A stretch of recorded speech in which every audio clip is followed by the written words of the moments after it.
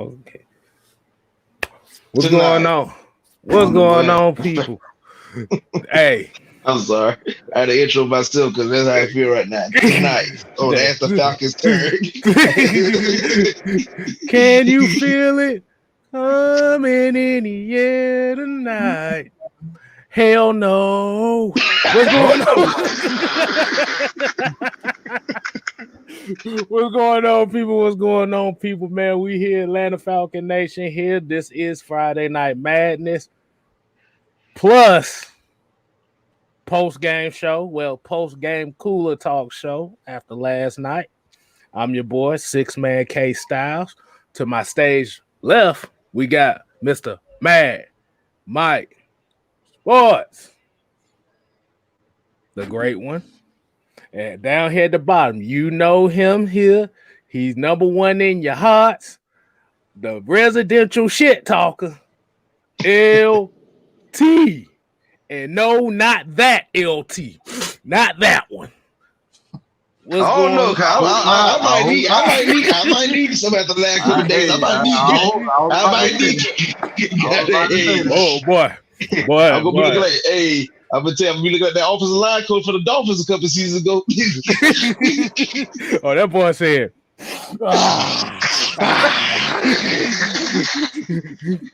But as you know, once again, the Falcons residentially got their asses handed to them. Not as bad as the Cowboy game, but still bad enough to where we didn't score nothing. But before we get to that, you know what I got? I'm going to go ahead with the real cow. I know them folks missed that. Let's go. We're gonna go ahead and start with a few of them right now. We got Mr. Joseph Thornton. Like I said, appreciate you. Hey, I feel like I'm back in the game, baby. Still taking it one day at a time. We got the Nation in the building. We got Cartier Walker. We got Cortland Griffin, Miss Asia Green. We got Maddie Ghost, Tev Sports and Gaming. D-Boy, a dog. I almost said something. I was like, oh, you didn't know. We got Down South Georgia boy. We got Delayed J. We got Millie Mills, Ultra Shadow 97. We got YMOF Jamal, Millie Mills. And I'm going to do a couple more here. We got Tev Sports and Gaming. And we got Prove It. We're going to shout out some more names, but we got to go ahead and get started with the show. And we already starting off with a $4.99. $4.99. Holla, holla, holla. George Costanza said, this team is so sorry, bro. Falcons stand for fans always left counting on next season. At least we had the Dogs and the Braves. All right, so let me kick this off with that because I understand the frustration of the team and the way things are set up, but we've been saying this literally all year. If you had any expectations on this team, you're going to hurt yourself. We've literally been saying this during the off season, the preseason, throughout the whole season. You cannot, if you thought that this team was gonna have any aspirations of being just good, like especially the fact that you have to count in the fact that you have injuries that come about. You're gonna have some games where some guys gonna make mistakes, and you're not gonna have a perfect game all the time. Now, what wasn't expected was a mental health situation, but I mean, at the end of the day, like, hey, you can't sit here and say like, we have not been telling them. And I mean, of course, I'm gonna hype them up, man. This is my team. Exactly. This is what a fan does. A fan supports their team no matter what, and that's what I'm gonna do. Exactly. Let me answer this real quick. Let me look. I'm this Friday Madness, okay? So. I,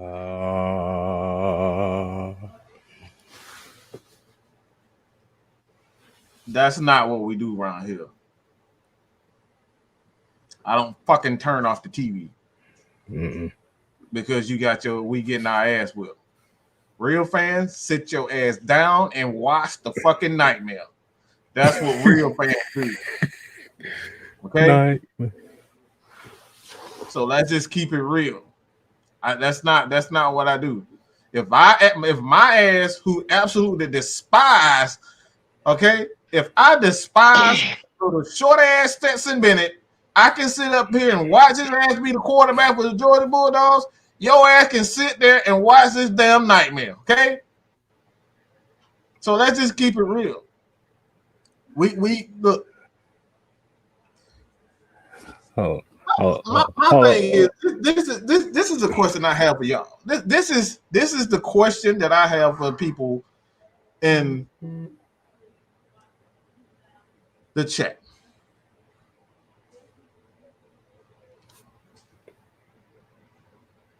Why is it that things go well? You guys never say a word. We are very aware of a lot of people that comes in this chat. We do a real roll call for a reason. We do the real roll call for a reason. And we look, our memory, we remember everything. We got several receipts. Ain't that right, ATM? All right. So we keep them receipts. And we know a lot of people don't show up when things are going right. So why is it that you guys are so quick to say that we fucking suck when we get our brains bashed in? As soon as we get a win, we post a picture of Matt Ryan winning the NFL, all right, player just 2 weeks ago? I'm not mistaken. Right. It barely got anything. Barely anybody responded to it. Why is it that? Why is it that y'all never respond to anything positive, but as soon as some bullshit happens, everybody go to run your mouth? You can call it what you want at this moment. We're not harboring that fake shit over here. So you can take your ass to Billy Bob Thornton channel. I don't give a fuck who the hell you go to. Okay? So when you say Billy Bob Thornton, what they gonna say? Make me feel good. Make me feel good. You caught that reference? K-Side, he there with me. He called me. Tell me, make me feel good. Make me feel good. We don't do that over here. We don't make you feel good over here. We call it like it is. We ain't made it in 10 minutes yet. He started, dog. Hey, man. Hey, I told you, bro. Hey, look. I'm back. We ain't made it 10 minutes in. He started already. Well, make me feel good. He called it. He called the reference. They started there with me. Oh, man. Not burying a white man like Monsters Ball. Yeah. Oh my God. Call the reference. Look, bro, we just call it like it. We win. We here whether we lose, win, lose, or draw, and that's all I ask. Look, bro. Like I said, I'm not asking y'all to feel good about the loss. I damn sure as hell don't feel good about the loss. Hell no. But let's keep it real, bro. Just show up through thick and thin. That's all we ask. Don't just come over here to bash Matt Ryan and bash Mike Davis, even though Mike Davis deserved it. Don't just bash him. Go ahead, man. All right, man. We got a couple super chats we gotta get into. We got Blackheart with the $5. Holla, holla, holla. He said, realistically, I'm not that disappointed. Same wins as last season. First time head coach with cap issues, new GM, no number one weapon. Ooh, that's a great comment. Oh my God, that was amazing. Yeah, it's a fantastic comment because he literally saying everything we've been saying. At least you're paying attention. You're paying attention, sir. Right. Well, ma'am. I'm sorry, I don't want to genderize anybody, but whoever you are, you're paying attention. I greatly appreciate that. Then we got another one that's a $10 super chat from GDGD. Holla, holla, holla. He said that's the problem. A lot of fans thought this team was good just a few weeks ago. Supporting the team is one thing. Being honest is another. Rebuild, retool, whatever you want to call it. I mean, at the end of the day is, hey, the team needs to support rather you call it a good team or a bad team. Because at the end of the day, it just takes one season. I mean, I'm gonna be honest with you, like, and that's the problem. You know, everybody was in Bobby Schmurder mode because everything just about good about a week ago. But at the end of the day, like, Nobody but let's be honest though, like, even in the wins, we saw deficiencies. Exactly. And we told y'all about those deficiencies and said wins. So like, I don't know why y'all surprised. Like, listen, I wasn't able to get on the show last week, after the Dallas game, but that wasn't up but a few days ago. Let me tell y'all something. We got our ass handed to us mainly because of just the lack of talent. That's all it is. We lost. We participated in the Jeffrey Dahmer necrophilia challenge because we was dead, but they were still fucking us due to the fact that we did not have the talent. Hey. Also, by him saying that, shout out to Chisel the Dons because I know where that came from. I already know.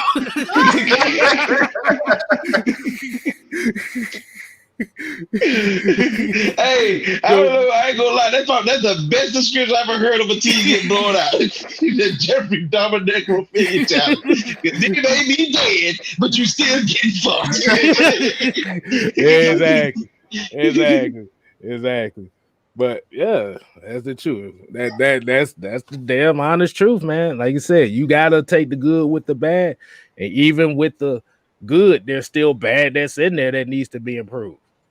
And I'm gonna bring up another thing on that aspect because when we talk about support, now I'm gonna say about 6 years ago, the Braves lost 90 plus games. 90 plus games 6 years ago.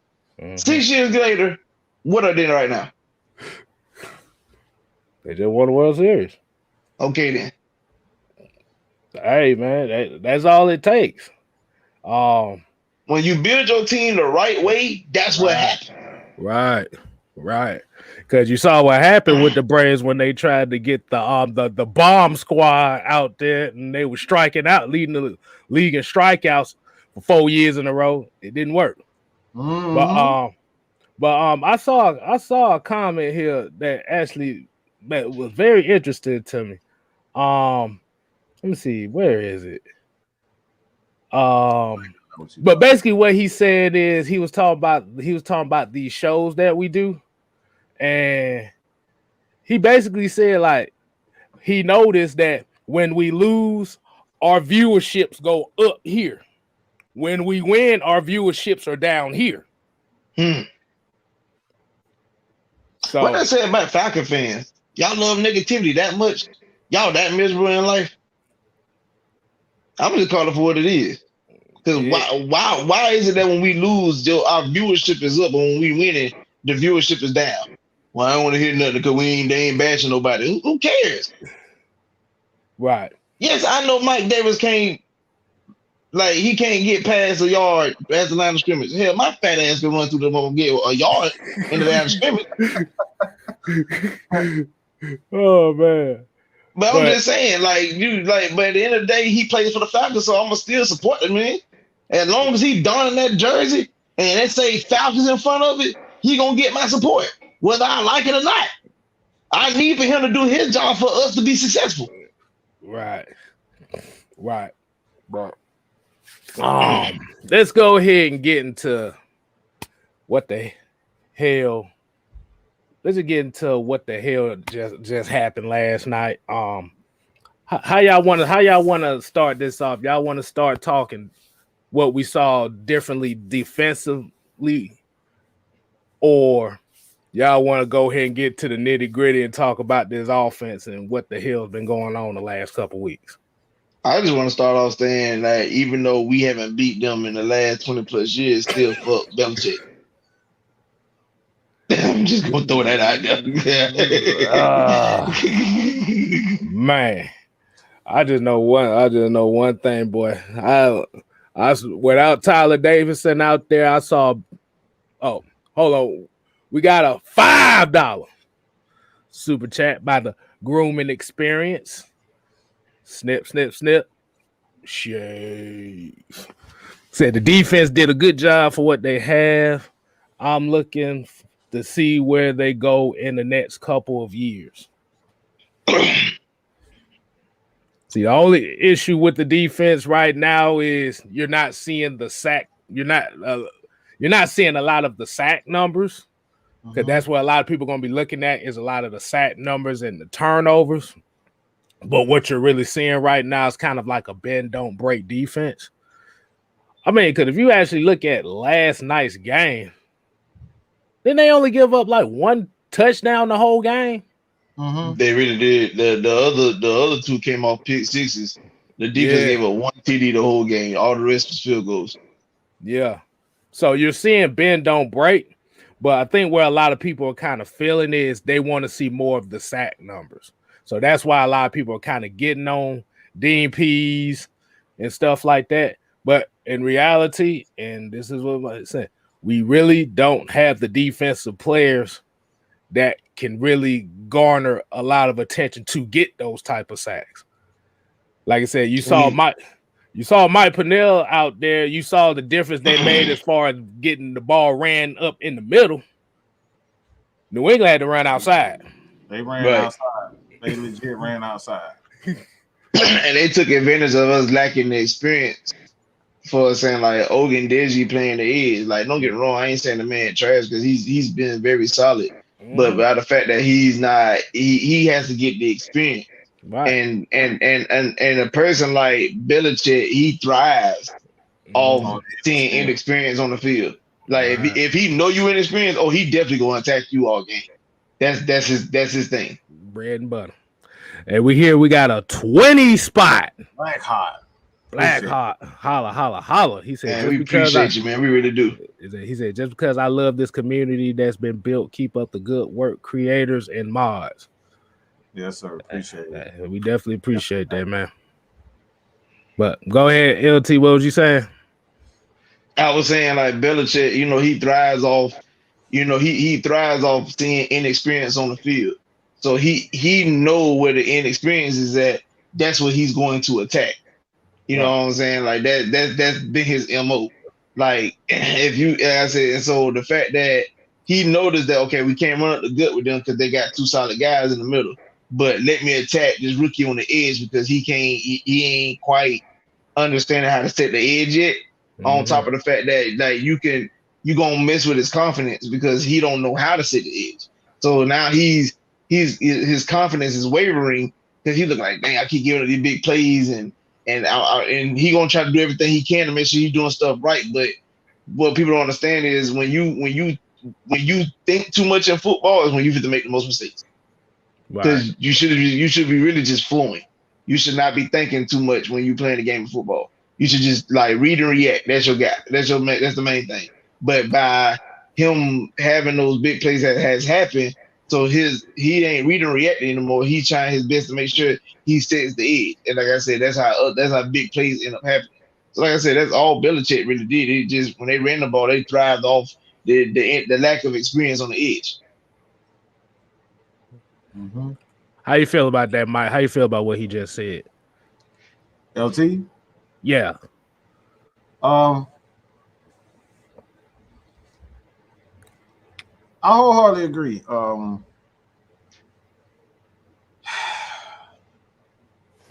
I think for the most part,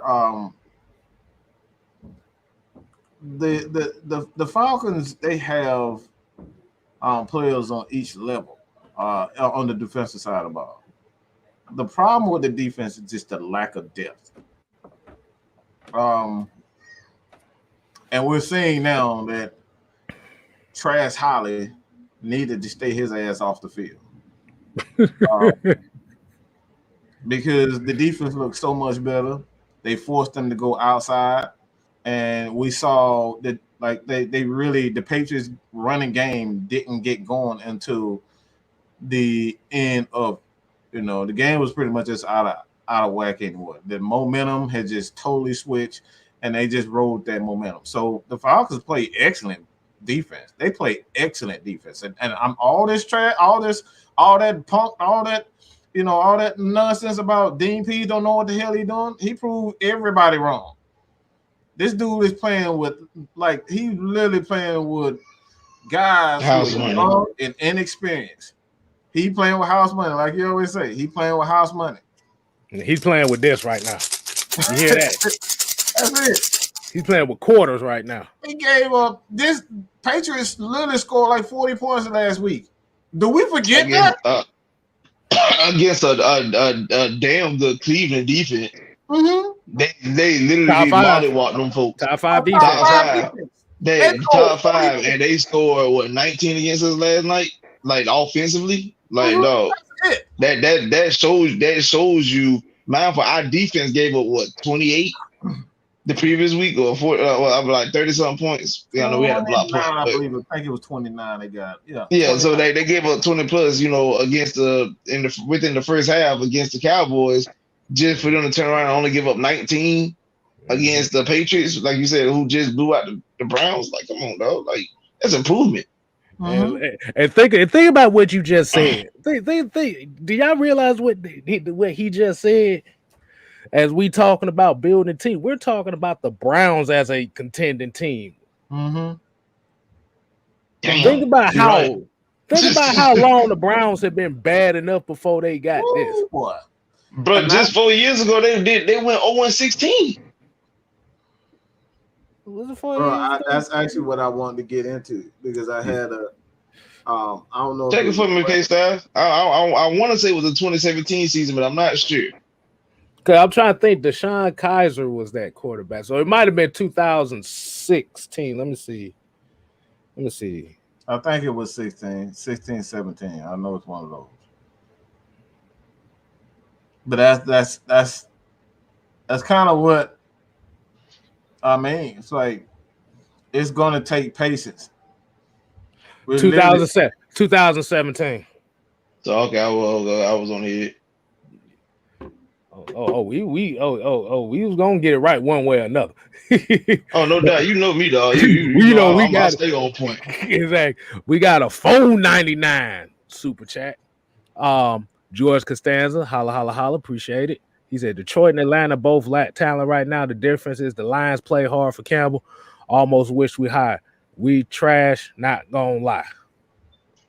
Okay. Okay, sir. You do realize the Browns are 1-9. 1-9, right? Yeah, 1-9. Who 1-9? The Lions, I think they 1-9. No, let me help you out. They're not even 1-9. They're not 1-0. They 0-8-1. Oh, they did tie that game. Yeah, Damn. They tied the game. They have no wins on the season. So how are the Lions better than us? We literally have 4 wins. Make it make sense, sir. Make it make sense. We got 4 wins. They have none. How are they better? Oh man. That man fell down. I'm still waiting for him to bite a damn kneecap on the way up to a damn W, and he ain't got one yet. Exactly. That motherfucker need to stay out that coffee, boy, because who you talking about? Who the hell you talking about? Like, come on, dog. Like, you can't. This is the second person I've seen say that about the Lions. I'm looking like y'all do realize the Lions don't have a win on the season. Oh, they playing hard for him. They playing hard for him. They playing hard for Arthur Smith. Dude, y'all gotta understand, but this roster is bad. Thank you, Thomas Dimitroff. Because he's the reason why this roster is bad. We in cap hell. You didn't draft well. Coaching staff was ass. What more do you want us to do? They literally just reconstructed and fired damn near all of the scouting department. So they really have new scouts going out looking for new. This man, Arthur Smith, came in the door and did a thorough investigation on everybody that was on the roster, whether he could keep them or let them go. The man basically fired everybody. Nobody had a job in the previous like I said, including the front office. Everybody got fired. Oh, look at this. Vlad said the Lions have only one playoff game since the Board of Education system was installed. That's wild. Wow. Wow. Hey, man, that's crazy. I'm gonna tell you something. Just for him to even bring up the Lions, dog. The last time the Lions won a playoff game, y'all gonna laugh at this, but the last time the Lions won a playoff game, I was 3 weeks away from being born. Woo! Wow. Wow. Yeah. So come on, son. So as bad, like I said, as bad as these last 2 weeks have been, like I said, if you look at record rise, regardless on who you beat or not, this team is not out of it, but they have to show that they got to get out of this rut right now. That's basically what it is. It's a rut. And like we said, they gave up 1 touchdown last night, bunch of field goals. I need to y'all want to go ahead and get on. Look. My thing is, look, let me just speak on this rebuild stuff. Like, look. My thing is this. What makes you guys think this gonna work? Chicago literally spent $100 million on one of the best defensive players in the league, and they still suck. They brought in Nick Foles. He sucked. They brought in Andy Dalton. He sucks. They drafted a quarterback. Guess what? He sucked. Everything that they have done has not worked. Okay? Why am I saying this? Nothing in the NFL is guaranteed. So the best way you can sit up here and bitch and complain about everything just because a team goes out, and we should know this shit better than any damn team in the NFL. Going out spending money and drafting players doesn't guarantee there's going to equal change. We literally went out and got the best defensive end in that free agency and Ray Edwards, and guess what the fuck that got us? Nathan, a one-way trip to the crack, then. You know what I'm saying? Nate fucking thing. Complaining about it ain't gonna do nothing. What we can do as fans, and anybody who's ever played any sport knows when you cheer for your team and you support your team no matter what, it changes things. It changes things. And I want to speak on that. I want to speak on that because y'all want to know we won every game this year on the fucking road. But you know why? Because I watched Falcons fans that came from that live in that city, hell, in another damn country, come out and support the team. They louder than y'all ever been put in that damn stadium. Y'all should be embarrassed that y'all let some tea sipping, coffee wearing folks over there with a big old clock called a Big Ben was louder than y'all ever been in that damn stadium. Shout out to my British folks. These folks went to Miami and was loud down there. Mm-hmm. Falcons fan was loud in New Orleans. So that leads to a question. Why is that? Why is it that this team plays better on the road than they do at home? Because they Because they ain't got no support. They getting tired of getting tagged in bullshit on social media.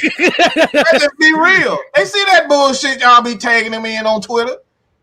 They watching. Bro, we was getting our ass kicked by Dallas last week, and a Falcons Twitter page had to come out and tweet, yeah, we know. They had to tweet that. And as far as this rebuild stuff, you know why we can't completely, quote unquote, rebuild the stuff? Because guess what? We part of a famous yet infamous fraternity. It's called Broke Five Broke. The slogan, we ain't got it. We broke, five broke. We ain't got it. Broke, five broke. We ain't got it. Can't spend no money. Ain't got no clothes. Ain't got no cars. Ain't got no hoes. We broke, five broke. We ain't got it. That's what we at right now. We ain't got a damn thing. He broke his head. Yeah.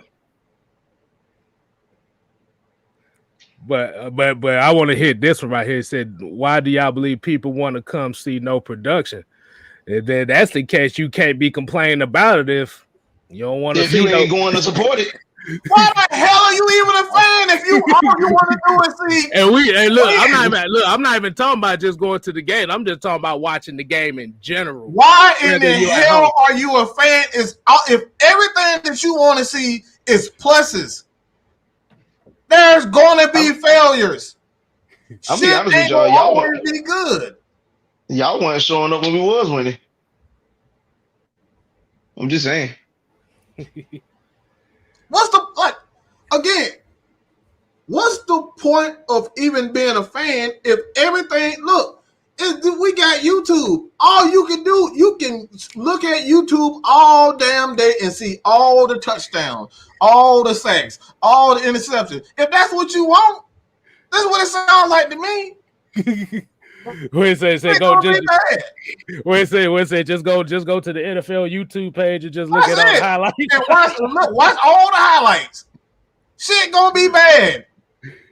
Y'all really think that the Patriots were the Patriots even before? The Patriots went through hell. They sucked their asses off for at least 20 years before they really became the Patriots. They sucked. I mean, the new shining toy that people like watching is the Kansas City Chiefs. Now, y'all do know that we thumped the Chiefs Matt Ryan's rookie season, right? Like them boys, I think they won like 3 games that year. And right after that season, they traded Tony Gonzalez to us. Come on now. Mm-hmm. They had to go through growing pains. They was trash. They couldn't win. They had Tyler Thigpen as a quarterback. They ended up getting Man Kstylz as a quarterback. Then they got Check Down as a quarterback. Yeah, they had to trade for Matt Kstylz, who was with the Patriots. Right. Who they thought was gonna take them to the next level because of what? He went 11-5 with the Patriots, even though they missed the playoffs, but they won 11 games with that man. But ultimately, he wasn't enough. He wasn't even good. That's my point.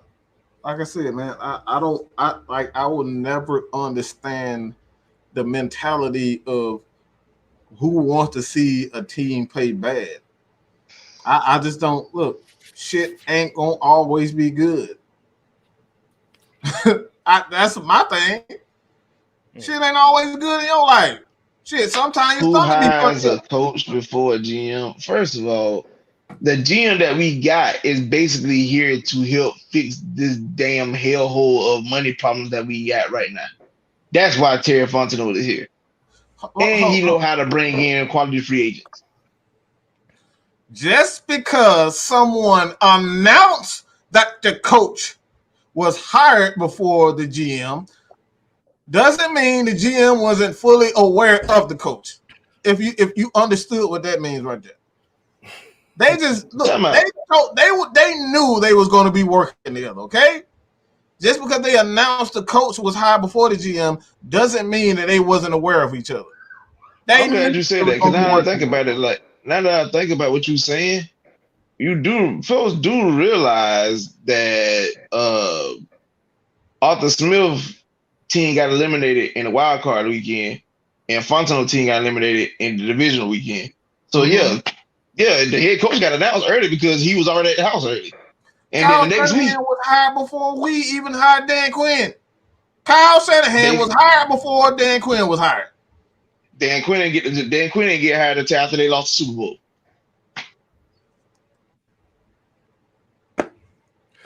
Jazz fingers. But I want to go ahead and get into the meat and potatoes of what we're going to talk about is offensively what has been going on these last couple games to where we are literally getting outscored 68-3. I know last night's game, one thing that kind of was an alarming thing that I saw was a lot of pre-snap penalties, illegal formations, false starts at home just to make it that bad. With a non-cheering crowd. Which is crazy because we watched y'all go in hostile territory and get wins with a loud crowd, and you didn't commit self-inflicted wounds like that. So like I'm trying to figure out, was it just a bad day yesterday or what? I don't know what it is, boy, but them pre-snap penalties, boy. I was like, bro, how do you get an illegal formation on a field goal formation? But I mean, then we got running back. We got a starting running back that's going to get one yard. Listen, again, my fat ass could roly-poly-oly myself a yard. Oh my god! I can fall forward. Look, I can fall forward and get more than 1 yard, bro. I could blow it like that. I could blow it like that little girl off of Willy Wonka's in the Chocolate Factory, and you could roll me for a first down. Hell nah. Let's see. We got a $2 super chat. Bobby This Main shit already blown up. We got 30 new players. We still got 20 players that was from last year. That's it. It's already blown up. We are in cap hell, people. We're playing with guys who are undrafted. We got 20, almost 30 guys, 20 guys, all right? There are undrafted free agents that we had to fill the roster with a bunch of undrafted rookies. This is already blown up. That's why we keep saying retool. It's not a rebuild. Retool. This team is not the same from last year. Our number one and number two receivers is a 6th-round pick and an undrafted free agent. We don't see Julio. We don't see Calvin. What are we supposed to do with that? No James Carpenter. We don't see none of them. So what are y'all talking about? I mean, his cover was a 1st-round pick, but that still ain't matter. You know what I'm saying? It's already blown up. Y'all keep talking about rebuild. Like, what you really mean? Let's just say, look, what the fuck y'all really mean is that's time to get the fuck Matt Ryan the fuck away from this team. Let's just be real. That's what you want. Because we don't see nobody, ain't no Todd Gurley, no Devontae Freeman, no Calvin Ridley, no Julio. What else do you want? The secondary is damn near the only thing for last year in this secondary is really damn AJ Terrell. What else do you guys want? George, all I'm gonna say is, bro, find you another team to root for. He probably might not even be a fan. He just might be just coming in here just to troll us. But you pay $4.99 to do it. If you paying to be trolled, by all means, bro, troll on. And we got another $4.99 super chat. Ryan S. Gabe said, "Is it me or was Matt Ryan moving the pocket every pass? The old line is a major concern. Are y'all concerned about Matt's ankle injury?" So, man, It's a man, total. I'm gonna be honest with you. I'm always concerned about Matt when it comes to the game of football because anything could lead to anything in this sport. But as far as his ankle, It's I a mean, ankle. I'm about to say it's a toe. He's still moving pretty well on it, so I don't think it's a major. I don't think it's a major problem. Plus, we got a 10-day rest, so he'll be good to go come the following Sunday. right. And we got a $15 super chat from Jamal Grant. Holla, holla, holla. Appreciate you. He said, "Remember, we got 2 second-round picks this year. I believe our first-round pick we will be spent on D-line. 2 second-round picks will be running back, quarterback. Welcome back, Kstylz. Appreciate that. We're going to find out because we still don't know what this draft class going to look like. So we're going to hold the horses. I'm going to go and kill you. I'm going to kill one part. Us drafting the QB in the second round, that ain't happening. We got way too many more needs besides somebody drafting the quarterback in the second round. My God, that ain't happening. So we can't run. We can't catch. Like, worried about you worried about drafting a quarterback in the second round. He's gonna be playing catch by damn self. Bro, I swear to God, yesterday on the show, I said the main catchphrase for the night's game was going to be "catch the damn ball," and the only catch that I saw was AJ. Just catch the damn ball. Just catch the damn ball, please. Girl saw you over here. She said, "I played with the Falcons on Madden yesterday, and Mike Davis couldn't get 1 yard on there." Oh no, bruh. That's wild. That's all the way wild.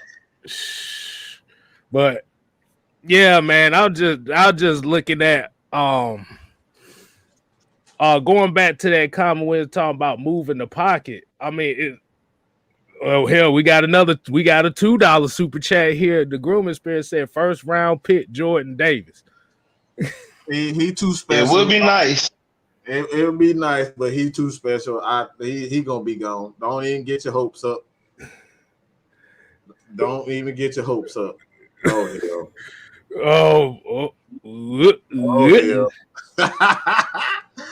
Oh man. We got $5 super chat by me. Said I'm a fan. I'm just concerned. That's all. Look. It's gonna take time, bro. Trust. It's gonna. That's all. That's all I got to really say.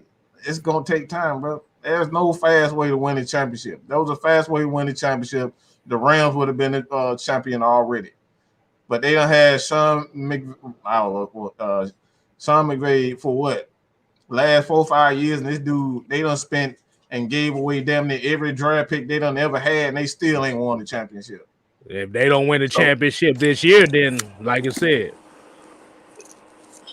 you mortgage your future for a bunch of veteran guys that you might not have after this season. Oh, I mean, they really went all in this year. They really went all in this year, and the crazy part about it, you signed Odell, you got Von Miller now, you still got they still got Marcus Peters, and those guys and whatnot. Like, and yet the last 2 games, but y'all lost in embarrassing fashion.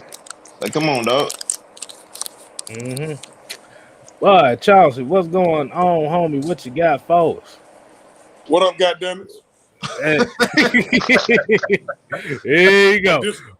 I'm disrespectful off the rip. We already know, man. What you got for us, man? What you got for us? Hey, man. The sun still shine today.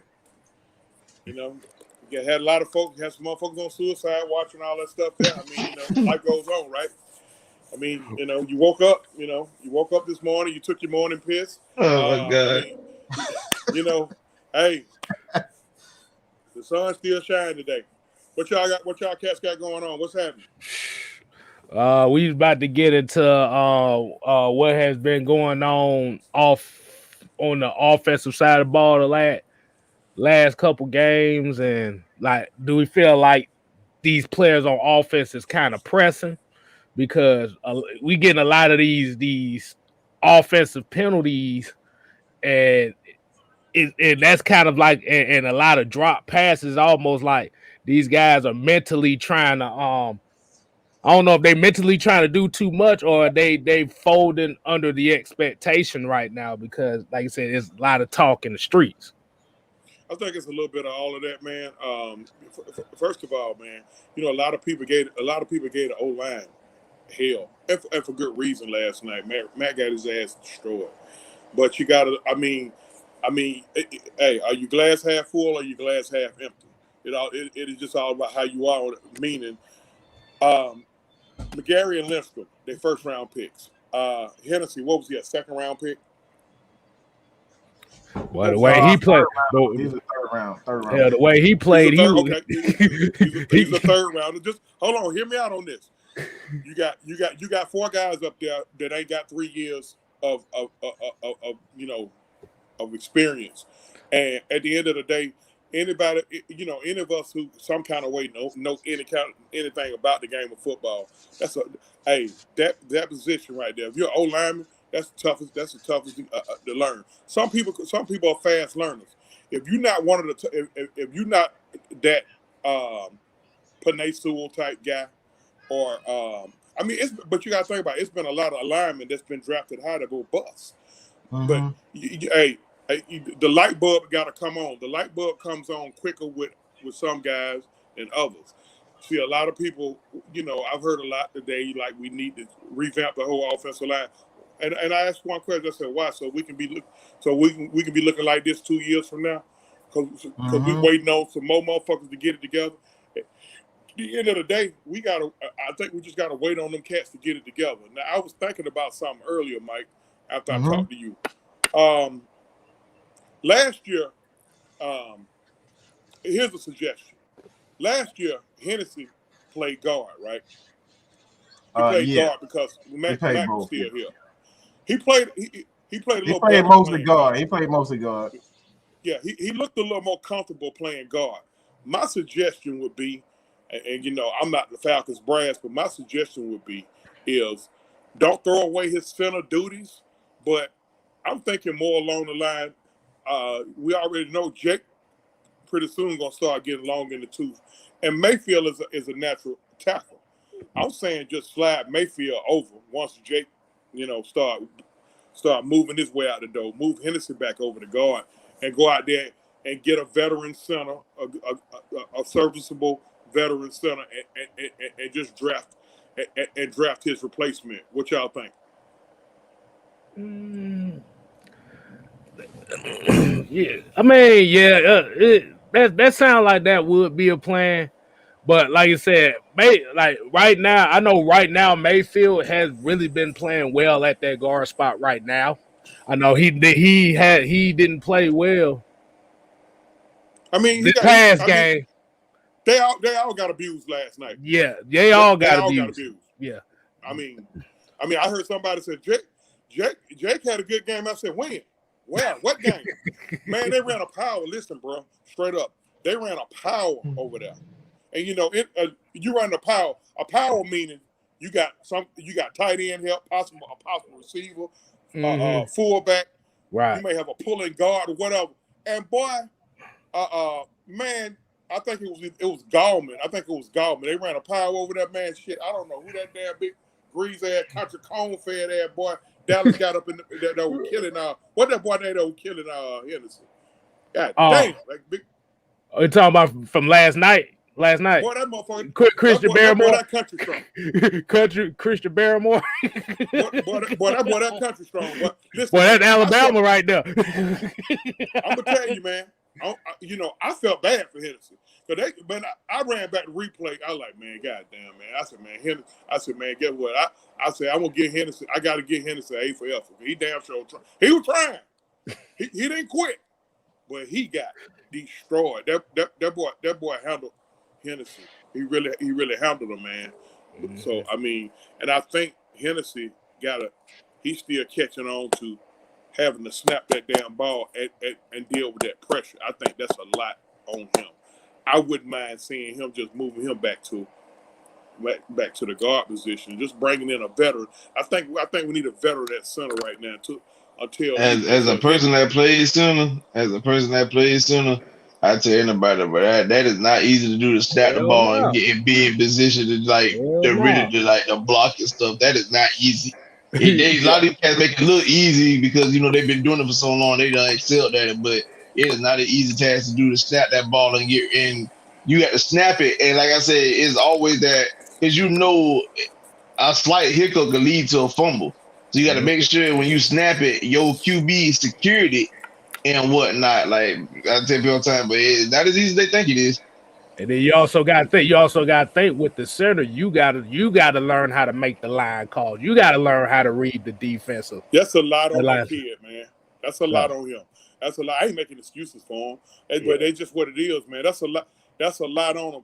And I don't know if y'all noticed that I don't go too hard on the O line, because, like, kind of like what the guy said today, man, on 92.9. You look, about over half of the fan base, they bitched and moaned and whined for help. I mean for change. They bitched and moaned and whined for change. Fire Dimitrov, fire Blank, fire Ryan, fire Quinn, fire all the coaches.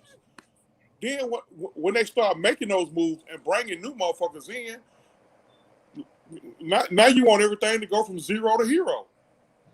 Like, it ain't gonna happen like that overnight. Some teams get lucky and that happens, but it don't happen like that. My issue with last night is the piss. Man, I'm gonna tell you, that piss poor tackle will take me to the moon, because a lot of times, P's, little bro, I think you said this earlier in the year. P's be having them guys in the right spot, man. And they be missing tackles. And P's get blamed. You know what I mean? Like, bro, make the fucking tackle number 23. I think it was a play that happened yesterday, if I'm not mistaken, where I think the defense had Buddy's stuff, but he ended up getting yards after the fact. Yeah, he got 5 yards still, and he was hitting the back. He was hitting the backfield for a 3 to 4 yard loss. You got to make that play. Man, I'm gonna tell you what I almost got my remote throw to. It was about 3 things happened last night. I almost got the remote throw to this goddamn TV, and I don't need to do that because I'm still paying rental center for this motherfucker. But listen, man, bro. Oh yeah, it is what it is. I ain't paying no $1,000 for no TV. Kiss my ass with your tongue out. But no, man, dog. Listen, we had a guy stuffed in the back. They called a penalty on this play and they brought it back. We had a guy stuffed in the backfield for about a 4 yard loss. I didn't see nothing. I didn't even see him no more. I said, yeah, he tackled. Next thing you know, I see this motherfucker. He done some kind of way cut back, got past that little first wave of crowd. And then once he got past that first wave of crowd, the dude that had backside contained made him cut back up. He went back across and got 15 yards. And they called a penalty on New England and brought it back. But I was still pissed because I'm like, bro, listen, if y'all make this 4 yard tackle in the backfield, you ain't got to take the fucking penalty. You can decline the penalty and take the down. Right. Like Eric Harris, I'm gonna tell you who aggravate me the most. Harris and our 2 linebackers, Fourier and Debo. Debo fourth in the goddamn Debo fourth in the league in tackles, and Fourier second in league in tackles. And guess what? They would be 1 and 2 if they wrap the fuck up. They don't wrap up, bro. Everybody trying to get the big hit. Man, wrap up, bro. Watch. Listen. Well, you got a live stream tomorrow. But when they showing it on TV again, they're gonna show next week game against Tech. Watch how Georgia tackle. They wrapping you up.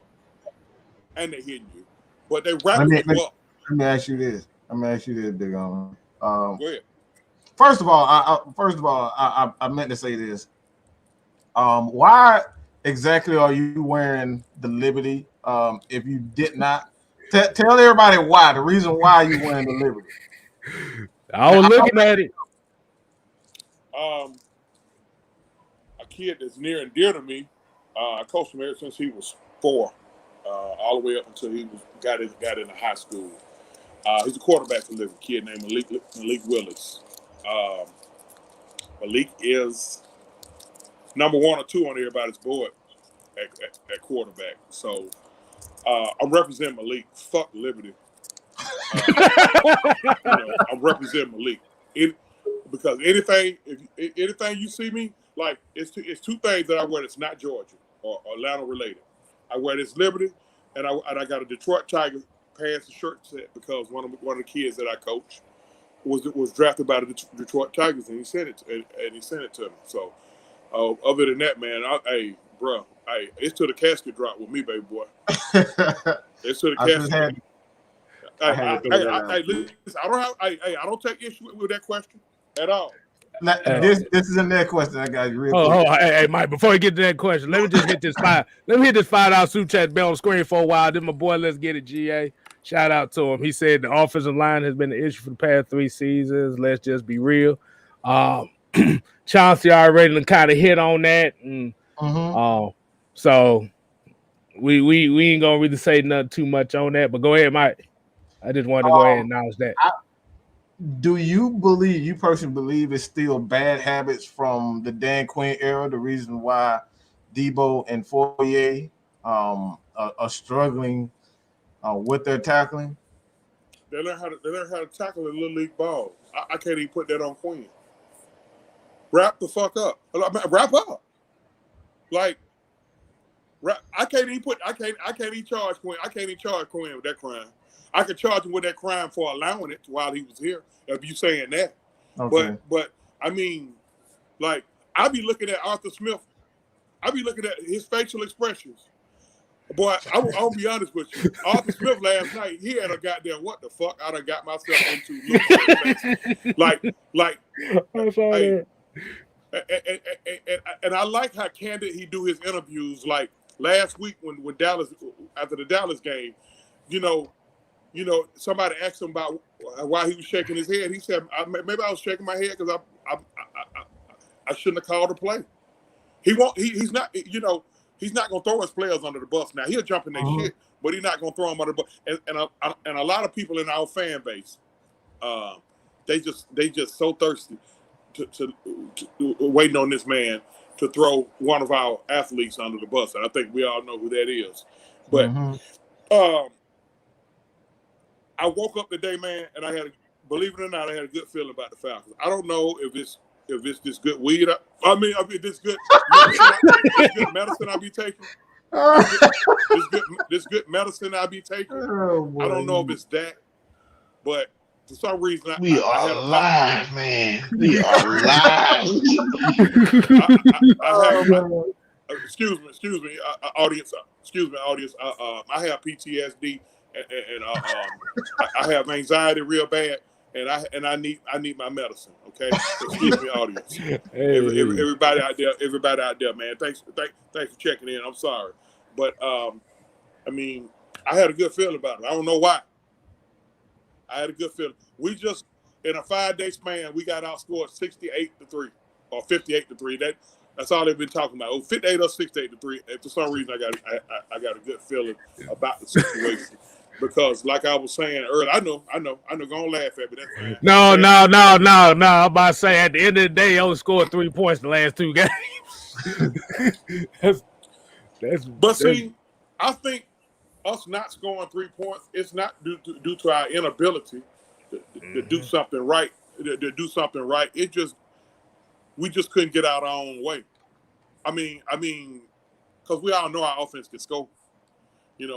Listen, man. It's a bad sign when Cool misses a field goal, and let me go to that real fast about Cool missing the field goal. Yeah, I remember in the Dallas game, everybody raised tons of HEW hockey sticks, man, about that 4th and 7.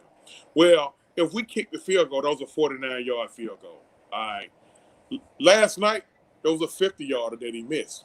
Like, when the one he made, it was from 45, but of course got the penalty, going to go back 5 yards, and he missed it from 50. The point I was trying to make to folks even that day is, even though Coop been almost automatic, he's going to miss some field goals. I didn't have an issue with Smith going for it on 4th and 7. You know, the issue that I had was they stopped us on our 4th down attempt, and we didn't stop them on their 4th down attempt.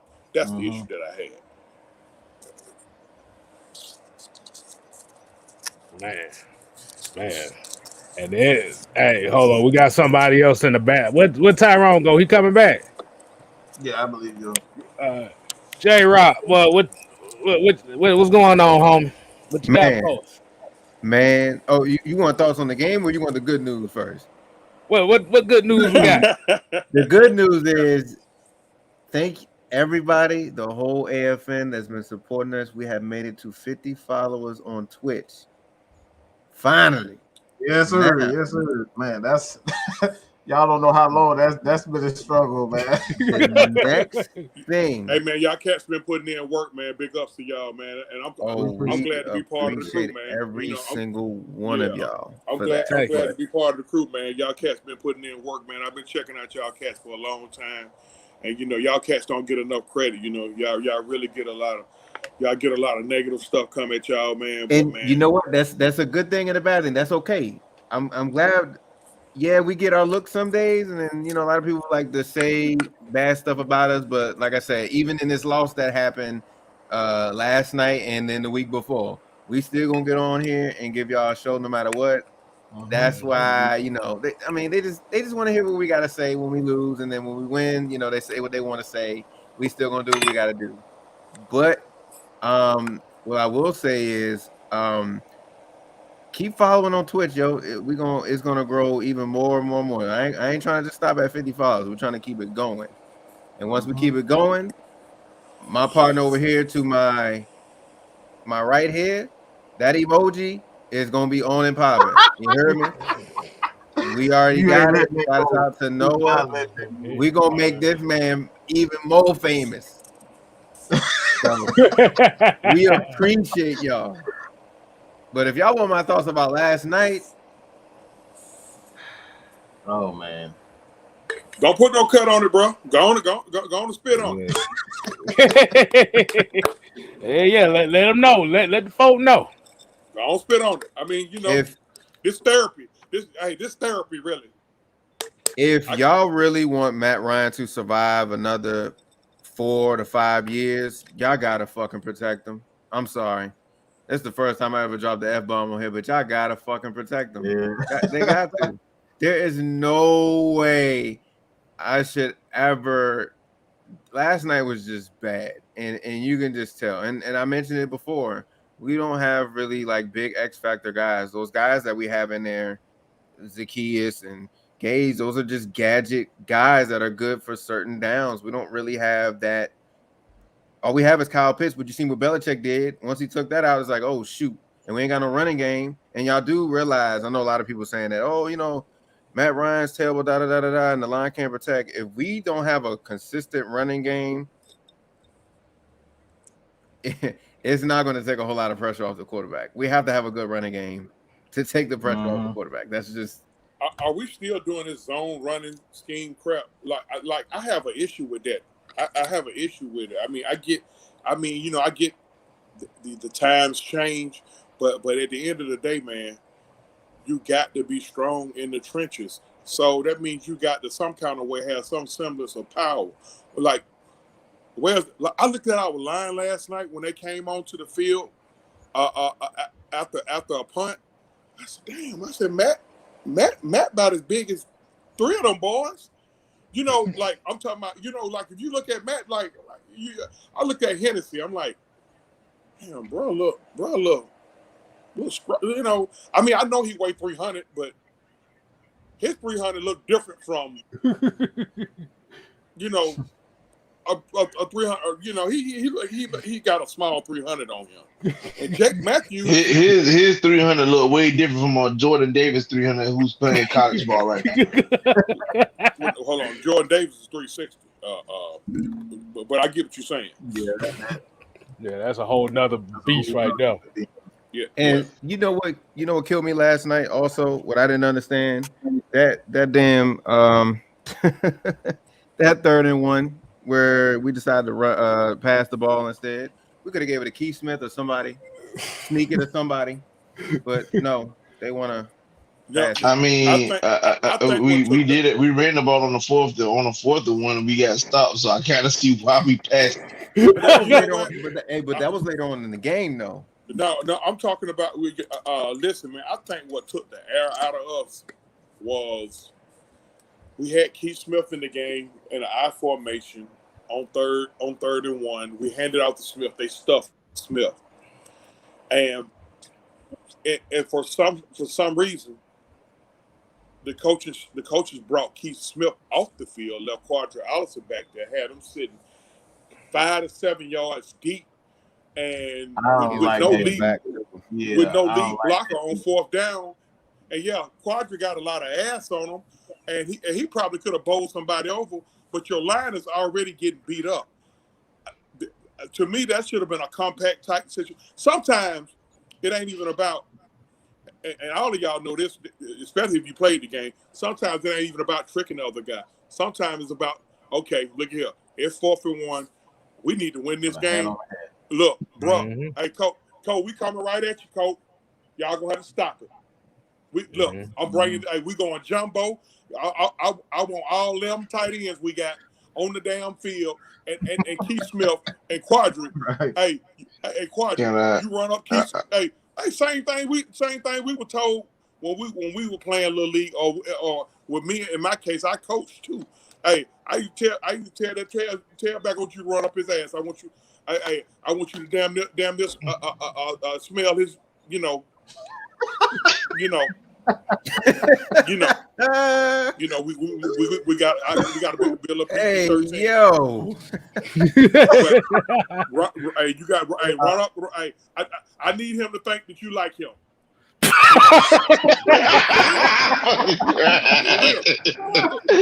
Oh my God!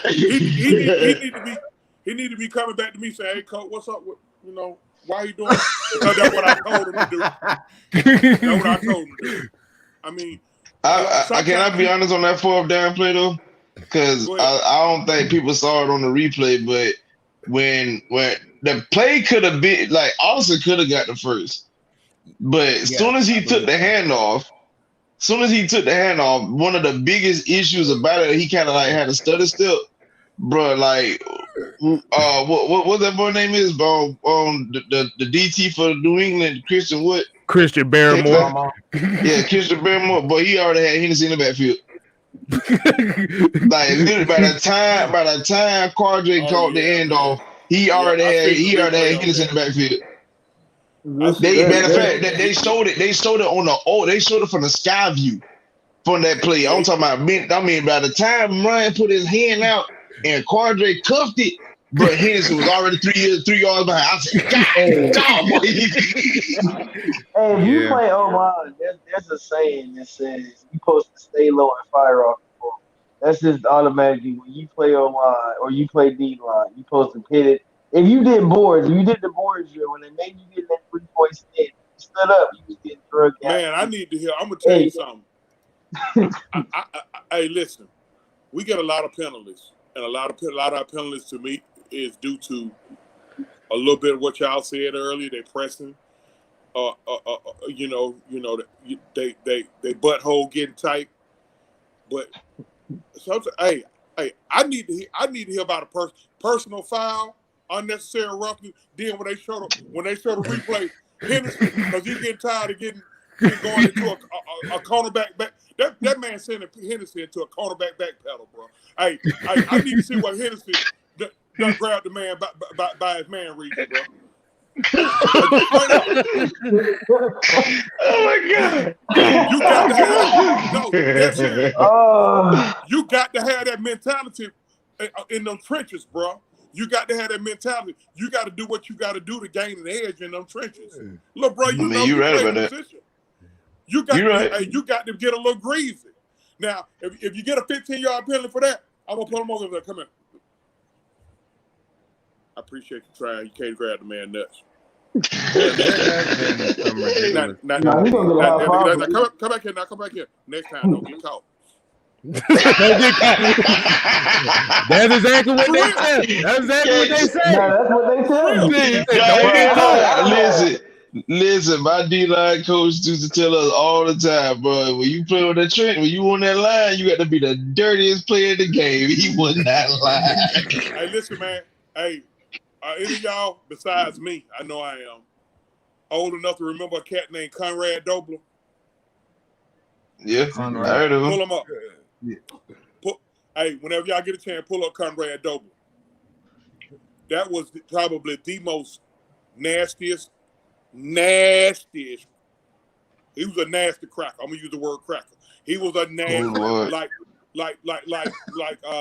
Dobler would bite folks, spit on them, try to gouge their eyes out. He played with the Cardinals, St. Louis Cardinals. That's for real. Conrad Dobler he wasn't very talented, but he was nasty. Yeah, we had a dude back 15 years ago named Harvey Dahl. I love I ain't gonna lie, I love Dog. Dog was my guy. Yeah. He was not the best. He wasn't the best offensive lineman, but he was my guy. Bro. Now, one thing I would say about Harvey Dahl is he made Ndamukong Suh complain. Yeah, that's all you need to know right now. Yeah. Matter of fact, somebody showed a picture, a split screen picture, and they had 4 people up there, and them 2 was up there. Sue, Harvey Dahl, they had Bill Romanowski, and I forgot the 4th person on who was the dirtiest player. And a lot of people saying Sue. I'm like, these other 3 cats. I'm trying to remember who's the 4th guy. Bill Romanowski. That's it. Bill Romanowski, Harvey Dahl, and Ndamukong Suh, and Conrad Dobler. Bruh. Hey, man, them 3 cats made Sue look like a choir boy. Because Romo spit on Monday Night Football. He spit in J.J. Stokes' face. See, like, every flag that's out there, if it's 10 refs out there and they got 3 flags, it's 30 flags on the field. Somebody spit in my face. It's 30. It's 30. I'm possibly getting escorted out by the authorities and everything. Bro. Because, you know, it's certain things you don't do. I would say this because I think Sue is remembered for him stuffing on Aaron Rodgers' helmet. You know, that's what he's remembered for. That's why people are so quick to say, "Oh, he's dirty. He's the dirtiest person." Like I tell people all the time, like you ain't seeing dirty until you seen Harvey Dahl play. Cause like literally, dog be taking the chip shots like while the whistle blowing, like the whistle be blowing. They tell you to play over here, come in just like that last minute push on the pile. Yeah, that last minute cheap shot. Now he used to piss me off with them kind of penalties. All right, bro, the play. But no, he never got. To be honest, I don't think he never got penalized for it. It was the fact that he used to just do it like during the whistle. Like, or it was like, you know, the play over with, like, everybody kind of slowed down, but he's still playing hard. Like, the basically saying that, well, they ain't blow the whistle yet, so I'm going to still keep going. That's what Harvey Dahl used to do. I used to love it. The hell of he did. Harvey Dahl used to get flagged a lot for doing extra stuff. But that's the point I'm making, man. Hey, them guys look like they like a bunch of nice guys. Like Jake Matthews look like he'll sell you some car insurance. Matt Hennessy, you know, look like he might be a CEO of a company, you know. Now I need somebody out there with the breath stinking, teeth missing, ass crack showing when they go into the 3-point stands. That's what we need, bro. Come on, bro. Y'all know about the ass crack showing, bro.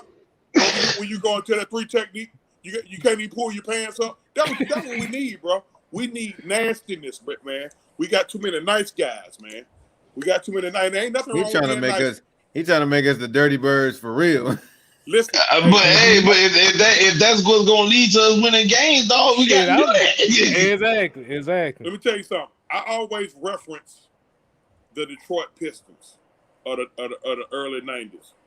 Back in the 80s, Detroit was one of about 4 Eastern Conference teams. The Hawks was one of them that couldn't get past Boston. They could not get past Boston for nothing. Like they couldn't get past Boston, and they felt like they was getting the short end of a lot of calls. Then came the bad boy mentality. They said, "Okay, all right, y'all calling all these tick tack fouls on them. We're gonna give y'all something to call." And that's when the bad boys got invented. A lot of them guys wasn't really no bad boys. John Sally went to Georgia Tech, man. He got an engineering degree. He really wasn't no mean-spirited guy like that. But when he got up in Detroit, man, and then they just all mixed it together, bro. And they start, hey, sometimes we need some guys out there that don't mind embracing being the bad guy. You know, I need somebody to cuss the report out for asking a dumbass question. You know, like, what's wrong with you, man? You're an idiot. Why you ask that question? What, your wife didn't give you none last night? See, I'll say something like that. You know, I'll say something about Me and I'll you say both. something disrespectful. You know, why you ask that? I ain't gonna lie. You brought up Detroit. You brought up the bad boys. Let me tell you, boy, Lambert and Mahorn.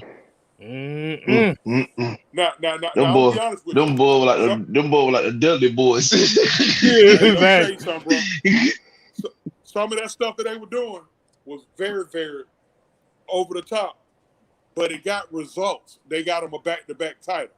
Now, once Michael and Scotty and the crew got going, it was over with for them. But they did get them that back-to-back. You know listen, dog. Listen, I watched the Bad Boys documentary, the 30 for 30 they had on the Bad Boys Pistons.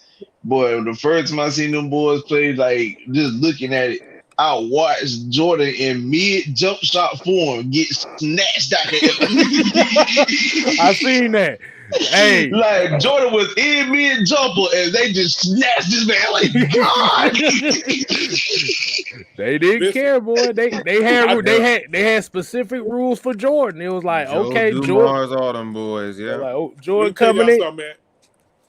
The soft brand of basketball that we see today, I know we got off topic a little bit, but the soft brand of basketball that we see today, blame the Detroit Pistons because they were so egregious and nasty with it. Well, Mike started. See, a lot of people said Michael Jordan complained. He didn't complain about the rest of the NBA. He complained about the Detroit Pistons, and that's when rules started changing. That's when the Jordan rules started coming up. Now you can't even touch these cats now, man. You blow on them hard, they calling the foul. I mean, you know. But they trying to change it back now. But like you said, it was too late. You should never let it go on as long as it did. Yeah. I appreciate that brand of basketball. It got to be some sort of physicality in it. I ain't saying it got to be bad boy piston physicality, but you got to have something. Look, hey, I'm one person. You know, I'm for the physicality, but they were way over the top with it, man. Them cats were some disrespectful ass dudes, bro. Like, I forgot who tried to go in for a dunk. That boy Mahorn clothesline the shit out that motherfucker out there. You ain't getting in there. Listen, you could miss us. You know Dennis Rodman was so serious on defense when you could physically and psychologically just ruin James Worthy for a series. Like James Worthy would tell you, but Dennis had me fucked up. He would tell you that. But Dennis was, believe it or not, Dennis was more finesse than physical. Dennis used to do all kind of weird stuff out there on the court, like pat the man on the ass and all that stuff there, and then fell on him. Next thing you know, he getting the elbow getting swung on, dude getting kicked out the game. But he accomplished it. Now Mahorn, Lambert, James Edwards, them cats there. Oh man, you went in that paint. Oh bro, you subject to be half a tooth loosened, fat lip, black eye, I swear to God, I'm getting a 25 to 50 game suspension. I'm getting God. Woo, I ain't gonna lie, cause you brought up dog old Robin little stuff, and it ain't like they said. Worthy Shoulder said he was doing some weird things in the court game was very abnormal, especially back in the '80s. Like you ain't never know nobody just rub on you and just put their meat on your back and stuff. Like, what is this man doing? Yeah, he used to do that type stuff. Yeah. Me and bro would have had to have a long talk in the locker room. In the locker room, and I got my blade on. Boy, I gut you like a fish. Do it again. Right. I gut you like a fish. Right. Like Robin was dirty. But to his point, you're right. We need those type of guys on the Falcons. We need that. We need some gutter. Yeah, we do. Like you said, I'm talking about. I'm like you. I need some Dick buckets. You know, Jack Lambert missing some teeth. Yeah. Shit, it ain't even gotta be that. Give me some Jack Tatums or something like that. So now, we ain't trying to paralyze nobody to kill folks, man. Hey, they gotta hit somebody out there. They gotta hit somebody. They gotta hit somebody. Jack Tatum, bro. That man never recovered from that, bro. That man never recovered. He died. He died years later, but Tatum paralyzed that man. And you know what's crazy? They interviewed Jack Tatum. He said Darryl Stingley wasn't nowhere near the hardest guy he had ever hit. Mm-hmm. It wasn't that wasn't the hardest time he had ever hit a guy. Mm-hmm. But I get your point though. We just need that time. And we got guys who are physical and who are tough, but they don't know how to use their physicality. You know what I mean? They don't know how to use it. I like number 23 physicality. He's just so undisciplined, man. He just going there like a bat out of here, bro. He going there like a bat out of here. Like this dude done had at least 7 tackles this year for losses, and that wound up being big games. Because he don't know how to. He won't wrap up. He won't wrap up. Break down, man. Whatever happened to breaking down? Break down. Last night, who was that? Was that Gage or Zacchaeus? Caught a ball in the flat. Okay, I'm like, okay, he got a one-on-one matchup. He should win this. Whoever that damn D-back was for New England, all he did, he just broke down, followed his hips, and made the tackle. Oh, talking about Kyle Duggar? Yeah. Yeah. But like, bruh, like you still got to be fundamentally sound at some point, but you gotta have controlled aggression. That's what the Falcons lacking, the controlled aggression. They got the aggression, but the controlled aggression. And I go back to our linebackers. Debo Jones and Foye Oluokun can be the best set of linebackers in the NFL if they make a lot of these tackles that they make. Because they both top 5 in tackles, to my understanding, unless it's changed. But you got a point, though. Yeah. I think Foye just went over 100 tackles in week 10. I mean, game 10, he just went over 100. This man headed for damn near 200 tackles. If he have a few big games. Debo, when he got player of the week a couple weeks ago, he had like, a 15 tackle game. And hell, I counted in that game, I think I counted like 4 tackles that he missed. Because he was trying to, what's up with this trying to strip the ball stuff, man? What's up with that?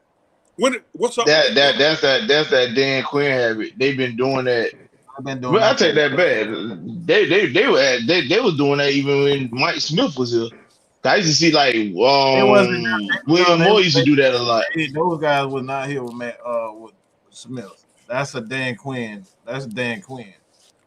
That's all Dan Quinn. Nobody from Mike Smith here is with Mike with the Falcons. Yeah, well, you're right. Listen, I can understand. You know what? You said William Moore did it. I can understand the D-backs doing it. Because a lot of times them D-backs don't want that. They don't want that life. They don't want that action, especially on them damn 235, 240-pound freight train type running backs who had got a full head of steam. So yeah, I'm gonna try to strip this guy. But look, man, my 235 pound linebackers that can run 4.6 40s, I don't need you trying to strip the ball, bro.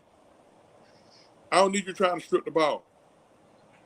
Like Foye Aluakon a few games ago, or a couple games ago. No, that was in the Dallas game. Foye was trying to shed a block. He was able to shed the block. The running back is coming past him.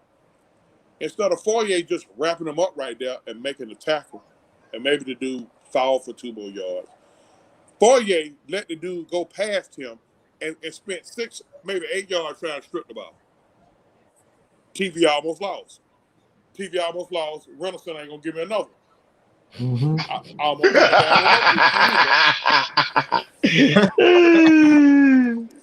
almost threw the remote through the TV. Like, come on, man. Like, I don't know about y'all, but do y'all be yelling at y'all TV? I'll be like, man, not make no the more. bro, make the I only get upset. I only get upset when the referee call and bad calls. That's the only time I get upset. I'm honestly, I think what the problem is, I think it's still some of that Dan Quinn in them, because what I'm saying is he preaches get up the field quick, and you get up the field quick instead of being like a patient. You like what you can be. What I like about linebackers like Luke Kuechly, Ray Lewis. Not saying that they gotta be those, but they got upfield, but they wasn't reckless. They didn't get up speed just to be getting up speed. And I think it's still some of that Dan Quinn left in them, because they have been missing. Even Foye, he's been missing some sack opportunities. So I think that's what it is. Getting upfield, he preaches and Dan Quinn, he teaches that one gap. One gap is everybody get a gap, you get upfield, and you make plays. And a lot of them we missed a lot of tackles in Dan Quinn era. Fast and physical. And I ain't got a problem with the fast and physical, but it has to be controlled, man. It's got to be controlled. I mean, fast and physical, that's cool, but it's got to be controlled. And then this is where I felt that Dan messed up here. He tried to turn us into Seattle. We wasn't Seattle. Mm-hmm. Yeah. He was able to get. It's amazing how he was able to get results out of those guys. Listen, man, I was trying to remember who all came in that 2016 draft, because I want to say 4 of them started in the Super Bowl. That might have been Keanu Neal, Poole, Keanu Neal, Dion, Devondre Campbell, Brian Poole was undrafted that year. Okay, now you just answered the question.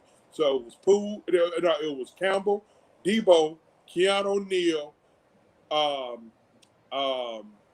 2016. Let me see here. Austin Hooper was in that draft too, wasn't he? I think he was the year before. He was the year before.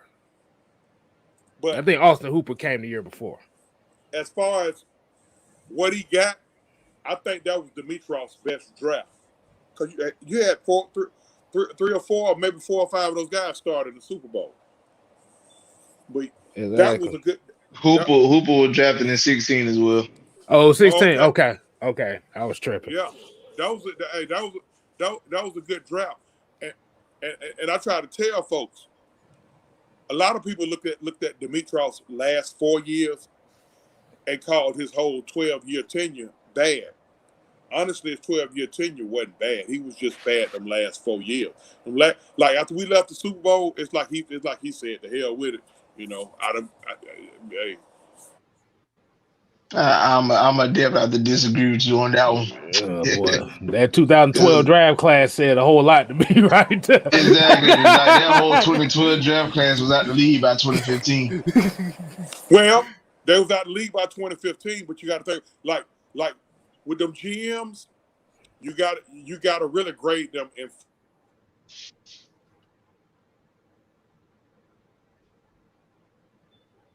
Hold on. I think we lost time. Hold on. Hold on. You lost some. Hold on, Johnson. You lost some. I don't think he knew he lost time. He still talking. He's still talking. I don't think he knew he lost time.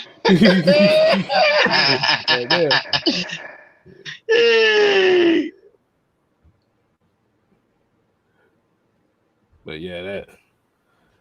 Somebody tell Charles he lost time. Oh, about to say, Kate. But yeah, that 2016 draft class was pretty good. Well, only downfall of that draft was Devin Fuller because he was hurt. And Wes Schweitzer didn't really play well for us, but he's starting over in Washington. Try to go back, try to go out and come back in.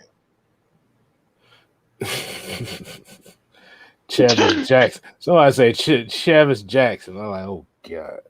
Don't remind me. That was back in like 08. I remember that turned out. Good God. I mean, that's what I'm saying. Like that. I mean, don't get me wrong. I understand what Chauncey was saying, but like when you just go back to doing like the overall assessment of those drafts, like he really didn't have much success. A lot of those guys, just like I said, off the first rounders were wrong. Like, okay, in 08, Matt and Sam Baker, and like we said, that was kind of still Rich McKay type draft. So right. I said Sam Baker wasn't no good. You end up giving him a contract that he really didn't need it, and that was unnecessary.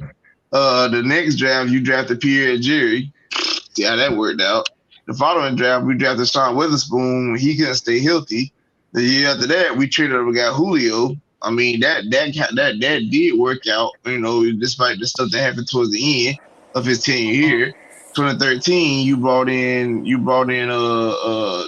Desmond Trufant, and despite what people may think, Desmond Trufant was actually a decent corner. Like playing with the front that we've had over his career here, he overachieved from my aspect because like when you ain't got no pass rush, bro, how you expect to be guarding people for 6-7 seconds on routes and stuff? Yeah, Trufant didn't do too bad. But now what I was saying was 2014 we had Jake. We got Jake Matthews. He's been pretty much the most consistent tackle in the league. 2015 you got Vic Beasley. Now I understand people say Vic Beasley was trash, this, that, and third, but I'm gonna come out and say I fought Dan Quinn for that man because this dude was listed as a 3-4 outside linebacker. You had this man come in and try to be a defensive end, a wheel linebacker, a strong linebacker. Like that don't make no sense. That man, you had that man playing out of position basically his whole career. 2017, you got Tat McKinley. No comment. 2018, you drafted Calvin Ridley. Another no comment. 2019, you end up bringing in, you drafted Chris Lindstrom and traded back up to get Caleb McGarry. Like I said, Lindstrom's been pretty solid. McGarry's, I guess you could say, been solid as well. And 2020, you got AJ Terrell. So these are the guys that he drafted. And these are just the first rounders. And majority of the first rounders did not pan out like that. Understand? Well, no, but at the end of the day, you still gotta, like I said, you gotta grade them in 4-year increments. He came on in 2008. In 2012, we was one player away from the Super Bowl, and then they gutted it out after 2012 and made a couple of bad drafts. But in 2016, we was in the Super Bowl. We was a 28-3 from winning it. Where he lost his job at to me was the next 4-year increment. We was 0-5, and that's how he lost his job. Trufant was absolutely a good corner. We wasted a lot of talent because those guys were not in the proper scheme. Right? We gotta keep them. We gotta be real about ourselves. Not everybody is a defensive end. Dan Quinn, not Dan Quinn, but Vic Beasley, he wasn't a defensive end. And that's what we was talking about. Kind of like we see it with CP, we see it with some not defensive tackle, but you see it with Anthony Rush. We got these guys, Tyler Davison, who's like 300 pounds. He shouldn't even be a defensive tackle. Like these guys are not they shouldn't be he shouldn't be a starter. You know what I'm saying? A lot of these guys are not meant to be starters. So you see guys like Anthony Rush, we see guys like Mike Pennell. You see how everybody's playing much more aggressive, and the defense look like the end. Jalen Hawkins, another guy. You see him, Isaiah Oliver.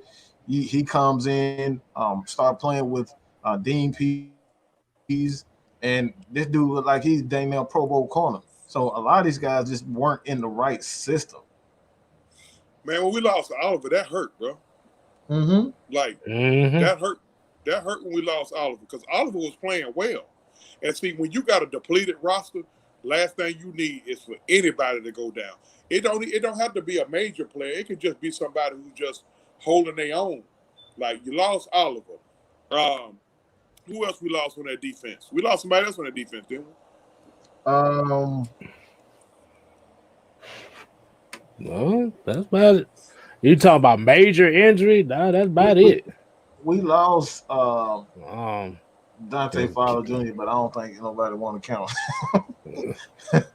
Fowler been a disappointment to me, man. I expected more out of Fowler. At least something. This dude ain't giving us nothing. You up here changing number 6, and this just decoration. That 6, that's about the effort that he got the right number because that's about the damn effort that he give you in the pass rush. Mm-hmm. Luckily, he give you that. But if that. Oh Lord, I was kind of, I was kind of crunk when we got Fowler too, bro. Everybody was. Yeah, everybody was. I expected more than that, but yeah, he's been a massive disappointment.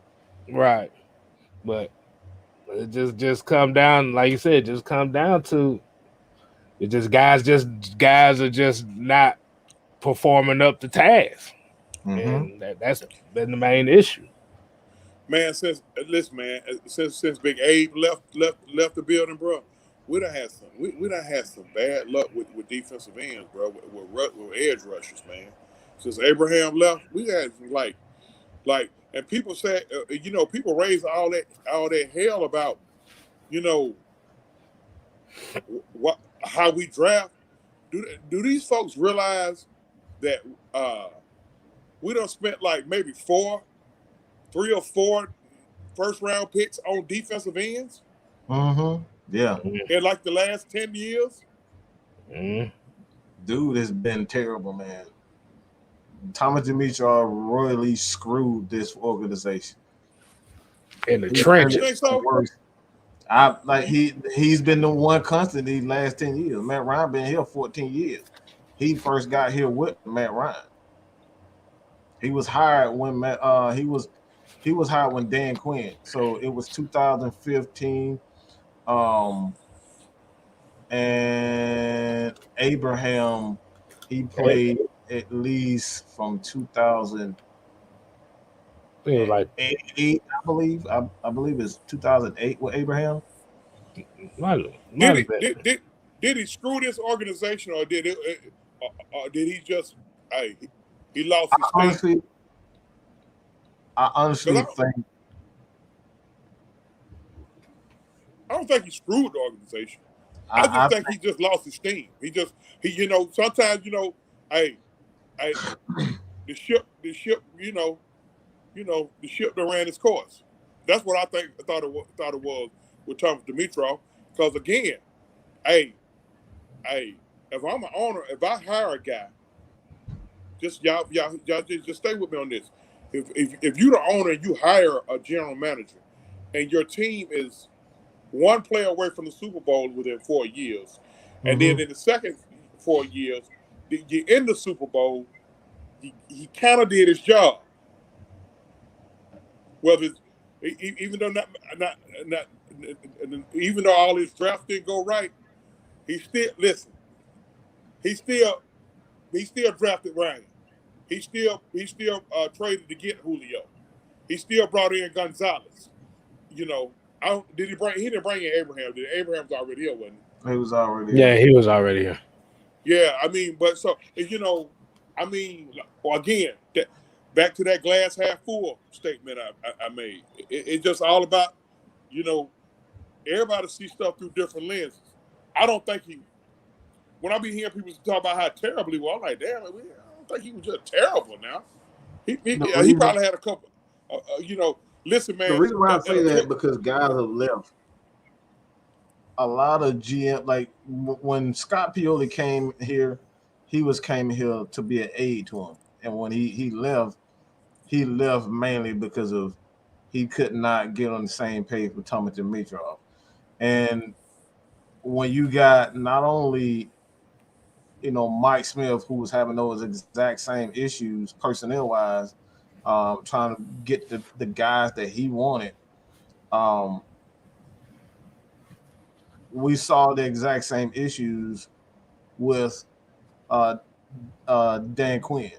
So when it all comes down to it, I think you can place some blame on Arthur Blank also, as far as him allowing Thomas Dimitrov to kind of help, help in that hiring process. Is like bringing in guys that he can control as that, that head coach. Because let's be honest, the only reason why those guys were really hired, Dan Quinn and Mike Smith, is because they could control those guys.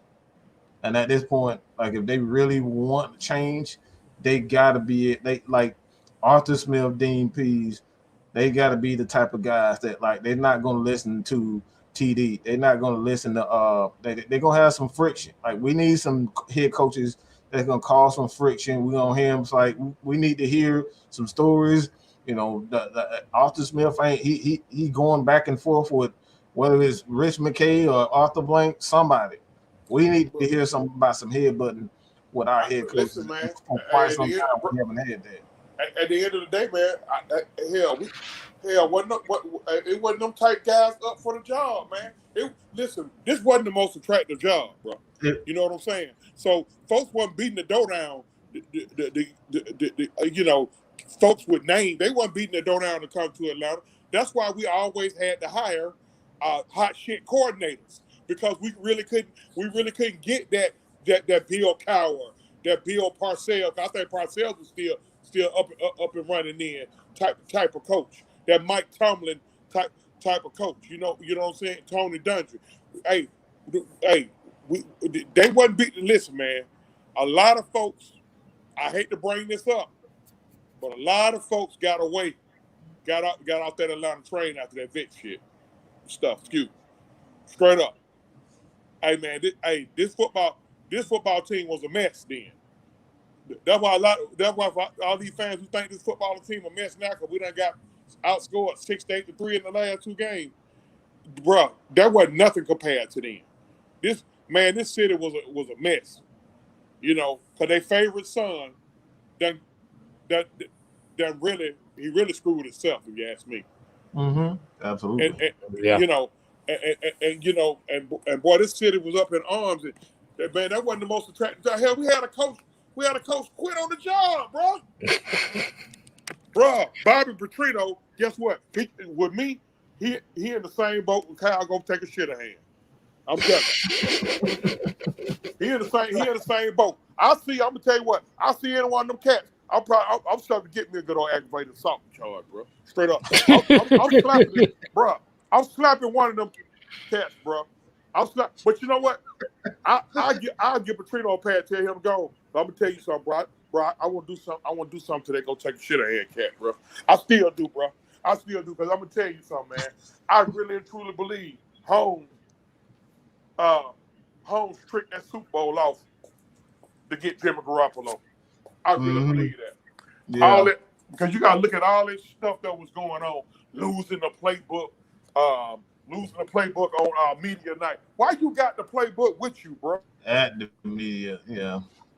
Why you even got the playbook with you? And then 45 minutes later, some dude from the San Francisco Chronicle found it. That was ironic, bro. That was. Bro, you can't piss down my back and tell me it's raining. Come on, bro. you talking about getting the quarterback that they wanted 2 first rounds and 2 second round picks for, and you got it for just a second round pick? Mm-hmm. Okay, and let me add something to it. So me and you, we just became tag team partners. Now tag me in, tag, and then 4 years later, the guy that you covered it so much, you done had to trade up in the draft and get draft capital, and it's about to damn near cost you your job to get another quarterback. Mm-hmm. Y'all know gonna take a Shanahan on the hot seat, right? Y'all know you're on the hot seat though. Yeah. John Lynch finna fire his ass, bro. John Lynch, I would tell you, they don't get to the playoffs, which it don't look like they will. John Lynch gonna fire his ass, bro. Because, hey, just like I was just alluding to, when Mike was just talking about it. See, Shanahan and Lynch had beef. See, that's the type of coach that you're looking for. But see, Shanahan, it ain't about him being a good coach.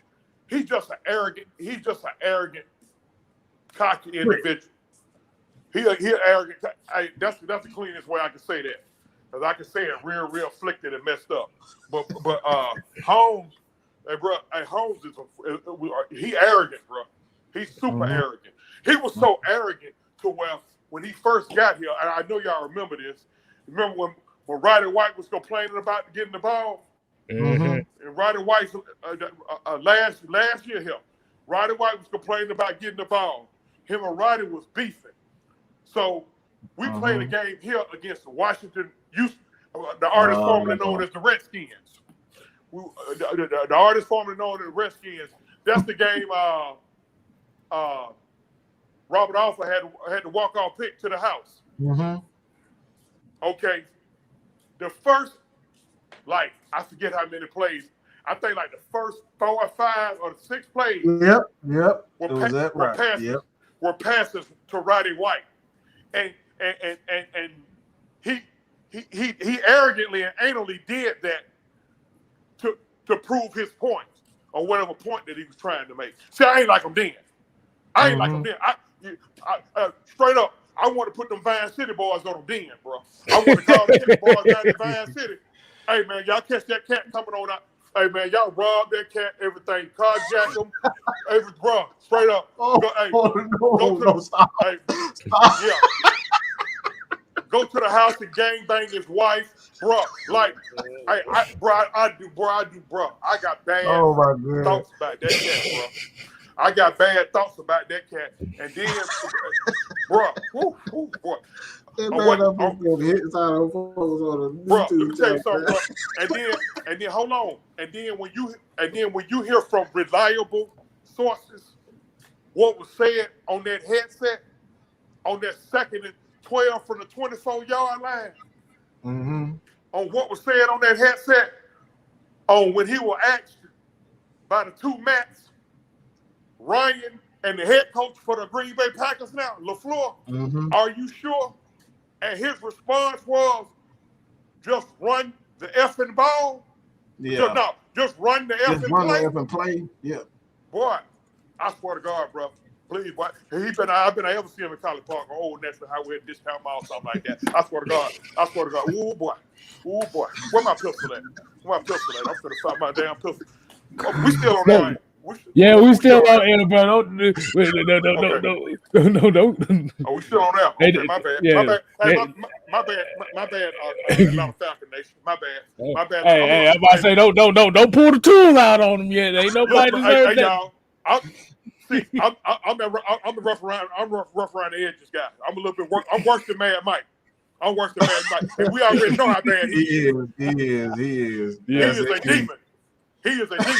And I'm worse than him. I'm thrown off. Hey, anybody got Kyle Shanahan number on him? I got his telephone number, so his address. I swear to God, I want him bad, bro. I want him bad because, hey, listen, bro, Holmes, I'm telling you, bro, Holmes tricked that Super Bowl off, man.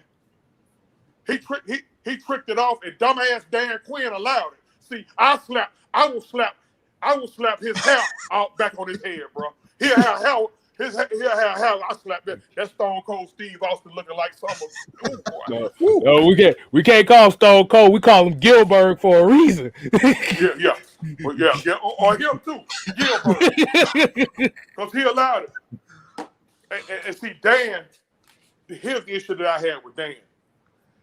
Dan, you just went through this Yeah. With your last team, bro.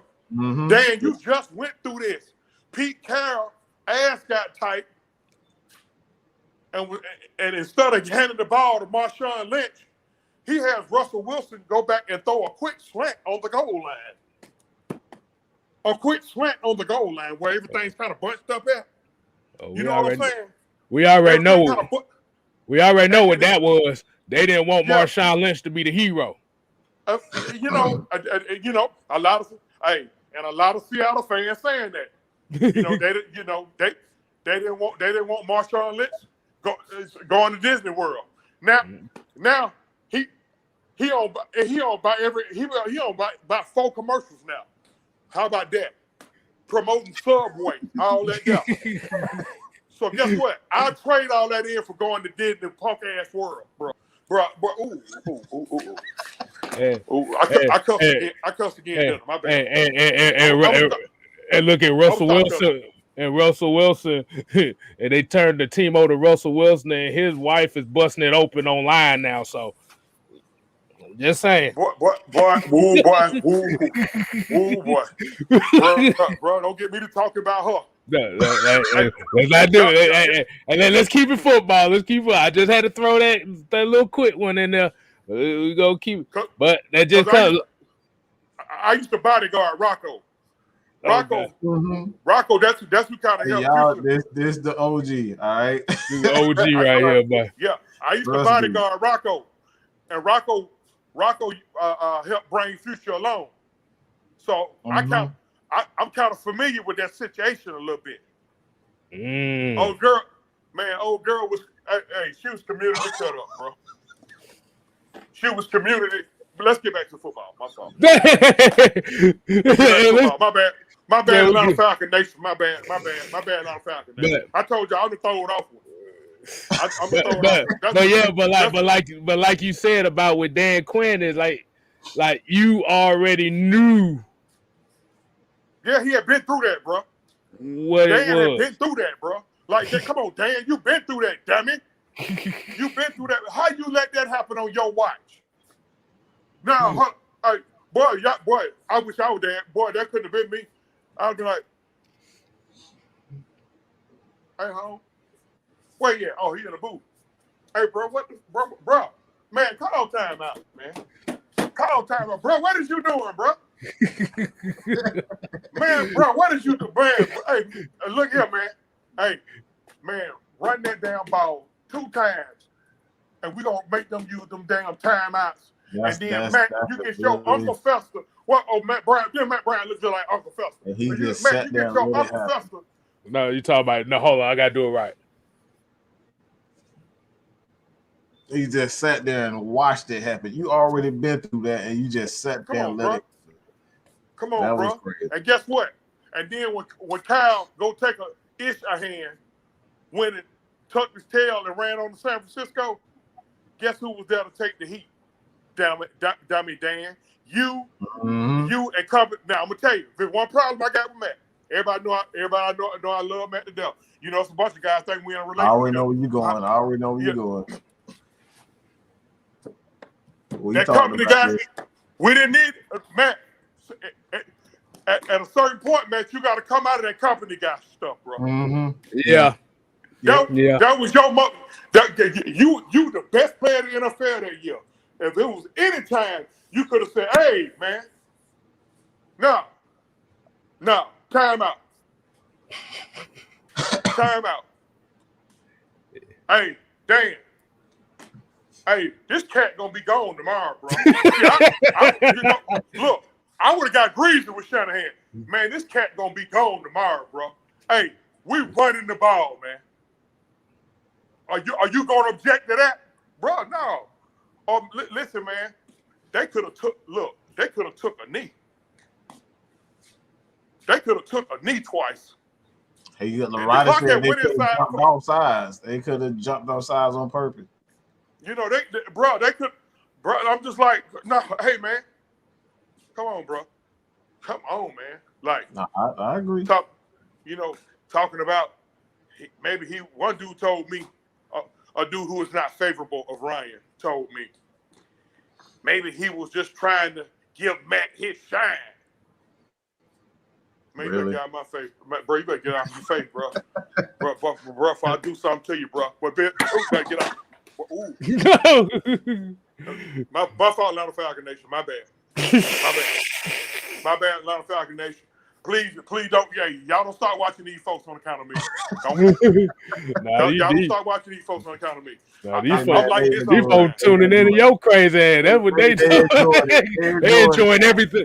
That's why we always tell them. Boy, you better tune into these shows. You don't know what you're gonna get. Man, head over to Atlanta Falcons Nation right now, man. If y'all head over to Atlanta Falcons Nation, we're gonna have some exclusive shows. A lot of things going to be changing over that channel. You may see the Mike segments only on Atlanta Falcons Nation. I'm still going to upload videos. Bro, what channel y'all is? Bro, what channel y'all is on Direct TV, bro? What channel is? I don't know. Y'all on Direct? We coming? Hey, we coming? Yeah, bro. Can I find y'all on Direct or something? Or how I do that, bro?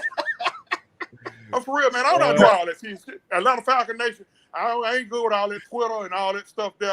You know, I just learned how to get on Facebook. You know, the Lord's still working on me. He ain't got me yet. You know, but see, I don't know how to do all that. So I got you. You know, I got you. Yeah. See, Mike gonna get me my own show, y'all. Mike gonna give me my own show. These folk gonna be tuned in like what gotta say today. Mike gonna give me my own show. But we're gonna have to talk about it because my show gonna have to be a little uncut now. Cause I cuss. I'm sure a few of y'all have heard it. See, I cuss. You know, I cuss like I went to school for it, like I was swimming colada. For real. Okay. All right, I'm gonna shut up, Mike. Mike gonna call me. We going on 2 hours, man. We typically cut it off by 2 hours, man. Look, at the end of the day, bro, you big bro, you already know. All right, hit me up anytime. Friday night, man. Whenever you got free. Everybody love it today. Everybody absolutely love it, man. You know you welcome. Like I said, it's all good, man. It's all good, man. I'm finna jump down with you. We talk about it though. Yes, sir. Absolutely. I got something. I got something I want to shoot at y'all. If you know what I mean. Okay. Yeah. So it's all good. All yes, good. Sir. But now I'm finna start watching. See, I'm watching. See, I got to watch my wrestling now. I got my wrestling tape. I got a wrestling tape. And I take Georgia for days, man. Trust me, he got story for days. It'll be a great show. I promise y'all that. He got stories for days. Oh man, boy, I got plenty of stories. Well, I can tell y'all about the time when my dad. No man. Look, man, I'm get out here, man. I'm just messing with y'all, man. I'm just having some fun, man. You know, that's what we do. Look, I took my medication, so I'm behind at y'all, man. All right, all right, then. Yep. All right, man. Please. Yeah. Hey, man. Hey, that's the OG, man. Like I said, he coached Malik Willis. He will be coming out this year. He coached so many players, man. Like I said, your boys, we at AFN, we got a lot of connections, and like I said, man, it's only a matter of time before we really, really hit it big. But we need you guys' support. And we need you guys to head over to Atlanta Falcons Nation. Subscribe there. We're gonna have some exclusive shows. Hey, we may even, we gotta get Miss Maggie. You know how Miss Maggie is. We gotta sell her on the idea, but Miss Maggie we might have an exclusive show with Big Homie, aka Scooby Chauncey, aka Scooby. Scooby-Doo. Yep. That's his nickname. But yeah, we might have an exclusive show there. Have a few exclusive shows of you guys. Like I said, y'all can hit us up if you guys want to be on the show. You think you have what it takes to be on the show. This is what AFN is for. Give everybody an opportunity to be seen and showcase their talent. So I hope you guys really enjoyed it. Kstylz, you got something? Hey man, definitely appreciate everybody tuning in. I know it kind of we kind of went A little bit. little bit left field at the end, but like we always say here at AFN, man, you never know what you're gonna get. You know, people talking about a real studio and stuff like that. Hey, man, it takes time. It takes time. That's why we need y'all to subscribe, bro. Subscribe and really hit those super chats. Go to AFN. Look, man. Look, if you got $5 to spare, all right. We trying to get these. We really trying to get this studio so we can really show you guys what we can do. To be honest, like I said, man, like have a lot of these a lot of people. All right, not just trust me. We got a lot of things in work, and when I tell you, your boy Big Chauncey, he got a few connections. So all right, just bear with us. Continue to support us on Atlanta Falcons Nation. All right, you can actually go to Atlanta Falcons Nation, the group. You can find us on Facebook. He's there. He sometimes he does go live in the Atlanta Falcons Nation group. So you can check us on Facebook. And please head over to Atlanta Falcons Nation. All right, that's we really need to help you guys help, because like I said, we're trying to do something special, bro, and it's special for y'all. But yeah, like I said, we definitely appreciate the OG LT coming on, J Rock. I saw Tyrone, he was on here for a little bit, so we definitely appreciate everybody on here. Like I said, your boy Man Kstylz on the road to 600. Need 89 people to come in here and show you boys some love. Hey man, you gotta get back into doing a little bit more of this content outside of these lives. I mean, But like I always say, man, that's why I said it. That's why I put the hashtag Ask6Man. Ain't nobody asking no questions. Ask the questions, man. We need the questions. We need it, bro. Exactly. You gotta ask the question. That's it. Exactly. Regardless of what you want to talk about, it could be positive Falcons, what you don't like about the team, and why disagree. Whatever, any damn thing. It could be Hawks. It could be whatever sports team that you a fan of. I mean, anything. But this is what the fan interaction that we're looking for. We want our platforms to not just be about us, but be about y'all as well. So definitely subscribe to Man Kstylz. Continue to support Atlanta Falcon Nation and everybody else associated with it. Hey man, like I said, Falcons right now, like I said, we in a rut.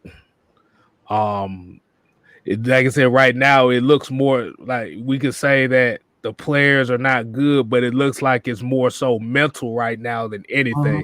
That's what it looks like to me. Yeah, I totally agree. It's more mental right now. I mean, like I said, you can have players that are not that good, but they can still compete. Like I said, right now, mentally, they don't know what is going on. Like I said, is it an internal issue? Is it a lot of these players that are sitting out? Maybe the Calvin Ridley thing is a little bit deeper than we think. We don't know. So at the end of the day, whether these players are getting hurt or not, you got to step up or you get stomped on. That's the best. That's the only way you can do it. Because, like I said, that's why it's 53 guys on the roster. When your number gets called, like Miss Maggie T said, if you want to support the crew, like I said, the supper chat. I didn't know we had a dinner chat. I know what she meant. I know what she meant. She gonna be like, "How dare you call me out on that shit?" But yeah. Like I said, donate, Atlanta Falcon Nation, do the damn thing. But like I said, at the end of the day, with these Atlanta Falcons, man, like I said, you either in it for the good times, or you here for you can here for the good times, the bad times, and if you're not willing to go down that road, like I said, it's 31 other teams that you can ride the train on. Because at the end of the day, we here no matter what. See, you get to ask Mad Mike questions. See, I don't get questions like that. But it's all good. They don't give a fuck what I gotta think. No way. You answer that question too. How about that? Nah, it got asked Mad Mike. I can't do that. It gotta say 6 man. That's your question right there. So you probably say that one for later. Yeah, I'll definitely do that. But yeah, that's all I gotta say. But that's pretty much it, man. Like I said, we appreciate everybody for joining us here on Atlanta Falcons Nation. All right. Like I said, man, we appreciate everybody for joining us and continuously giving us these questions to ask. Please head over to Kstylz. All right. Please head over. Do not be shy. Leave a question, leave a comment. Like, we will make videos based on your comments and based on your question. I promise you that. All right. We want to be more interactive with you guys. We want to engage with you guys. All right. That's what separates us from a lot of people. You can hit us up on these Twitter chats. We have those. We're gonna have those up during the games. Hey, it might be a regular thing. You never know. Definitely. That's what we do. But that's all you got for Mike. That's it, bro. Well, as y'all know, y'all continue to support. We here at AFN. They said any new hold on, wait a minute. Off the wall sports. Oh man, hey, when I was in the hospital, man, boy, I was watching professional tag, boy. That shit was funny as hell, boy. They actually have a professional tag league. I've seen that before. And I was watching the drone, what they call it, the drone racing league too. I was watching that as well. I ain't never heard of that one. Yeah, they race drones through an obstacle course in an empty stadium or some shit like that. And they be drones that be lit in the dark and stuff like that. So they got a whole obstacle course they gotta go through. Like it. Weird. Yeah. And they had professional robot battles. Yeah, a whole bunch of weirdo stuff I was watching. So yeah, I'm always on the lookout for some stupid stuff. But that's all we got here. If that's all we got here, like I said, we here at AFN. We ain't here to play. We here. Wait a minute, those Twitter. Yeah.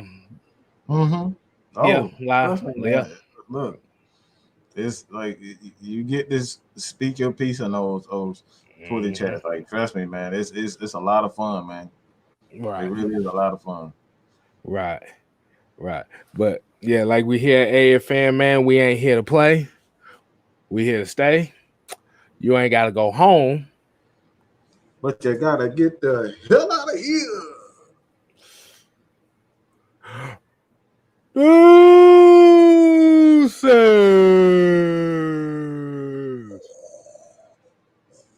Hold on. I gotta do the that Jordan Animal Steel right there, but